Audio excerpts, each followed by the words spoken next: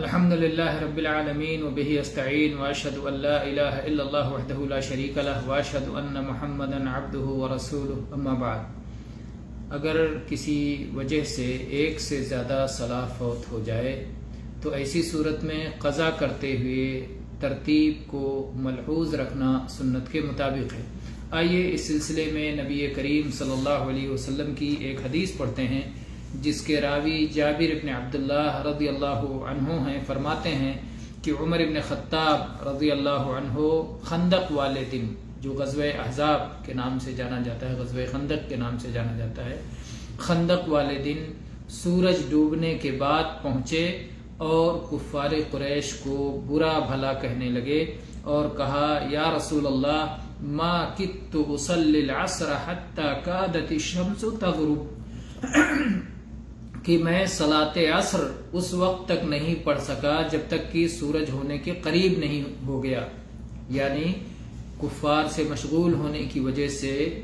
مدینہ کے حفاظت میں مشغول ہونے کی وجہ سے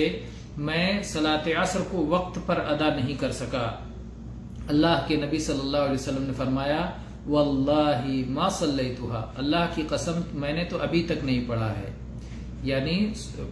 سورج غروب ہو گیا اور نبی صلی اللہ علیہ وسلم کو جب بتا رہے ہیں عمر رضی اللہ عنہ اور وہ خود غروب ہونے کے قریب پڑھے ہیں تو ظاہر ہے کہ نبی صلی اللہ علیہ وسلم اس وقت تک نہیں پڑھے ہیں۔ پھر کہتے ہیں جابر رضی اللہ عنہ، فقمنا الی بطحان، ہم بطحان کی طرف گئے جو مدینہ کی ایک وادی ہے،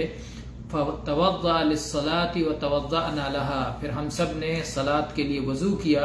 اور نبی صلی اللہ علیہ وسلم نے بھی وضو فرمایا۔ فصلى العصر بعدما غربت الشمس ثم صلى بعدها المغرب،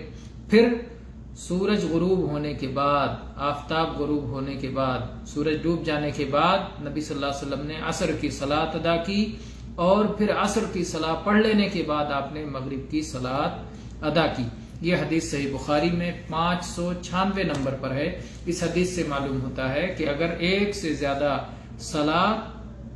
فوت ہو جائے، یعنی مغرب کا وقت ہو گیا تھا لیکن چونکہ عصر فوت ہو چکی تھی اس لیے آپ نے پہلے عصر کی صلاح ادا کی، بعد میں مغرب کی صلاح ادا کی۔ بعض روایت میں ہے کہ کسی دن اسی غزوہ خندق کے موقع پر کسی دن ایسا ہوا کہ عصر، مغرب، عشاء تینوں چھوٹ گئی اور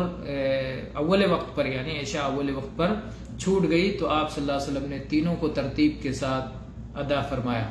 بہرحال تو سنت کے مطابق عمل یہ ہے کہ اگر صلاح فوت ہو جائے تو اسے ترتیب کے ساتھ قضا کیا جائے۔ صرف ایک صورت اہل علم نے مستثنیٰ کیا ہے،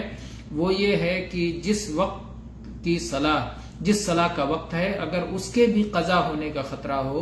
تو اسے اپنے وقت پر ادا کر لیا جائے، پھر فوت شدہ صلاتوں کی قضا کی جائے۔ واللہ تعالی عالم، والحمد للہ رب العالمین، صلی اللہ علی نبینا وسلم۔